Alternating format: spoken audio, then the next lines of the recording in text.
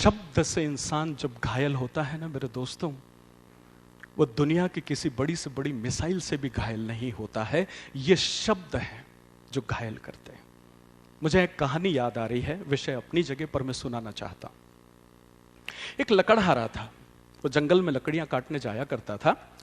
उसके साथ एक शेर था, वो बैठा करता था जब लकड़ियां। पंचतंत्र की कहानी है, बहुत अच्छी है, ध्यान से सुने, आप समझ पाएंगे। मैं विषय पर अब आपसे बात कर रहा हूं। पति और पत्नी, कितना धैर्य और शब्दों से कितने अंदर तक घुस जाते हो, उस पर बात कर रहा हूं। लकड़हारा लकड़ियां काटता था, शेर उसके पास बैठा रहता था। लकड़हारा हर बार कहता था, यार दोस्त कभी घर चलो ना, दोस्त कभी घर चलो ना।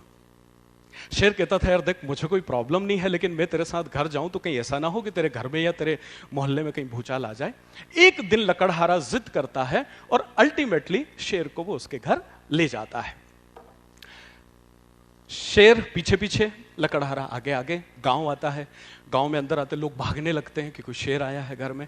घर जाता है, अपना दरवाजा खटखटाता है, सम्मानी पत्नी दरवाजा खोलती है, शेर को बाहर ही खड़ा करता है।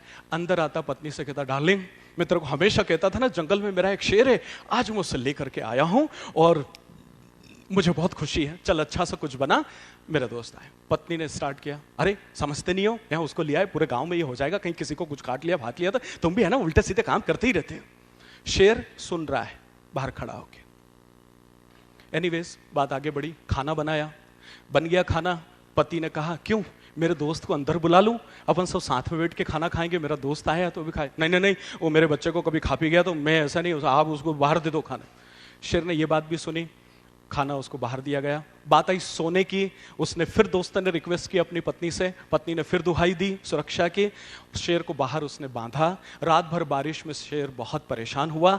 नेक्स्ट डे मॉर्निंग लकड़हारा जंगल की तरफ, शेर भी उसके साथ साथ जंगल की तरफ गया।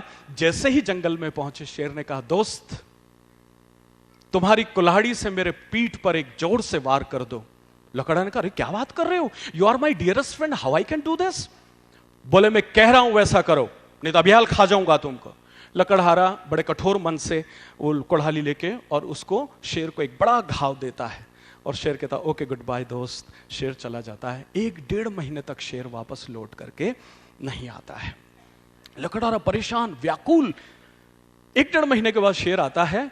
जैसे ही शेर आता, लकड़हारा, अरे दोस्त कहां चले गए थे, मैं इतना परेशान, तुमको क्या ऐसा। शेर कोई बात नहीं करता है, कहता, मित्र जरा देखना, तुमने कुल्हाड़ी से मेरे पीठ पर एक गहरा वार किया था, वो घाव कैसा है।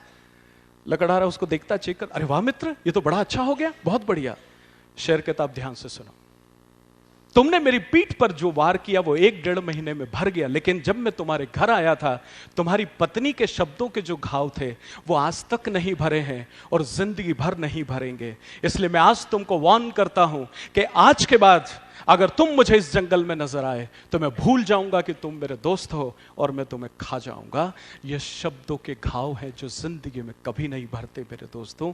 इसलिए पति और पत्नी जो इस दुनिया के श्रेष्ठ रिश्ते में बंधे हैं, फिर वो एक दूसरे को किसी अपशब्द से, किसी अपमान भरे शब्द से या किसी कठोर शब्द से अपनी पत्नी या पति के हृदय को कैसे खरोद सकते हो।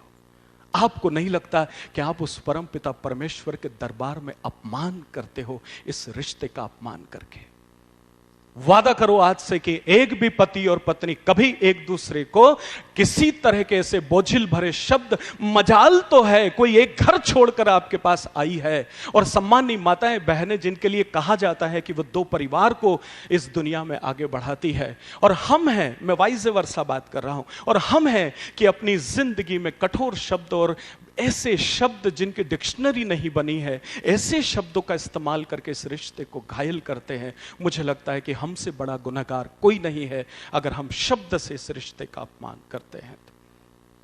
इसलिए आज के बाद, और आदरणीय पत्नी क्या हालचाल है, और डार्लिंग कैसी हो, और क्या है, कौन सी किताब में लिखा है कि जब नई नई शादी हुई थी तभी आलिंगन करना है, तभी गले लगना है, तभी एक दूसरे को अपना स्पर्श शक्ति का एहसास दिलाना है।